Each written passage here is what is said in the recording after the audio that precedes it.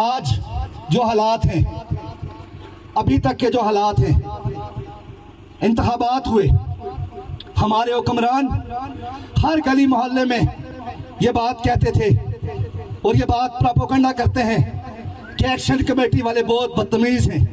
میں ان سے پوچھنا چاہتا ہوں، جناب فاروق حیدر صاحب، آپ سمیت جتنے لوگوں کو بریگیڈیئر فائق نے انتخابات جتوائے ہیں، کیا آپ نے 78 سالوں میں سیاسی طور پر یہی سیکھا ہے کہ عوام کا مینڈیٹ نہیں ہے، لوگ ووٹ نہیں دیتے اور آپ ممبر اسمبلی منتخب ہو گئے ہیں، اور اس کے بعد آپ میں سے کسی میں اخلاقی طور پر یہ غیرت نہیں آئی کہ آپ کے ہر شہر میں لوگ نہتے لوگ مارے جا رہے ہیں؟ آج جو حالات ہیں، ابھی تک کے جو حالات ہیں، انتخابات ہوئے، ہمارے حکمران ہر گلی محلے میں یہ بات کہتے تھے اور یہ بات پراپوگنڈا کرتے ہیں کہ ایکشن کمیٹی والے بہت بدتمیز ہیں۔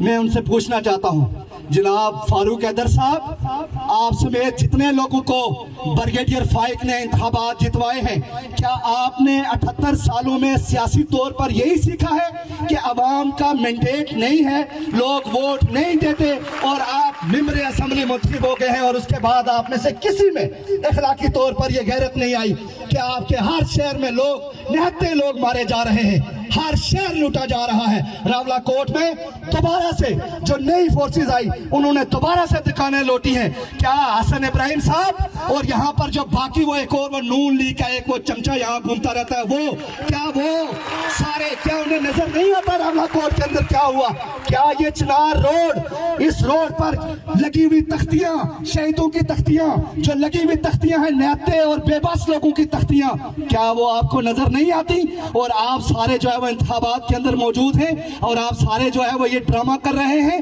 ہم ان سے کہنا چاہتے ہیں، آج ہم پاکستان کے عوام سے 5 اگست کو یہ بات کہنا چاہتے ہیں کہ پاکستان کے عوام بھی یہ بات سمجھنی ہوگی اور کشمیر کے عوام کو یہ بات سمجھنی ہوگی۔ یہاں پر امریکہ کے دلالوں کا قبضہ ہے، یہاں فوجی جرنیلوں کی صورت میں قبضہ ہے، اور ان جرنیلوں نے آگے دلال نما اپنے سیاسی جو ہے وہ جو بروکر رکھے ہوئے، بروکر جو انہوں نے سیاسی رکھے ہوئے، آگے وائٹ کالر بروکر رکھے ہوئے جو بظاہر ناٹک کرتے ہیں سیاسی رہنما ہونے کا، لیکن وہ سیاسی رہنما نہیں ہے۔ یہ پورے پاکستان کے اندر لوگوں سے ووٹ کا حق سلب کیا گیا، لوگوں سے شہری حقوق سلب کیے گئے، وہ تمام حقوق لوگوں سے سلب کیے گئے جو کہ لوگوں کا بنیادی رائٹ ہے، وہ ساری چیزیں سلب کی گئی۔ آپ لوگوں کو یہ حقوق بحال کروانے کے لیے لوگوں کو کراچی سے لے کے یہاں تک عوام کو سڑکوں پہ آنا ہوگا اور ایک مطالبے کے ساتھ آنا ہوگا کہ ہمیں ووٹ کا حق دو، ہمیں حکومت منتخب کرنے کا حق دو، عوام کو حکومت منتخب کرنے کا حق دو۔ کوئی فورسز کا حق نہیں ہوتا۔ چلیں یہ بھی مان لیتے ہیں،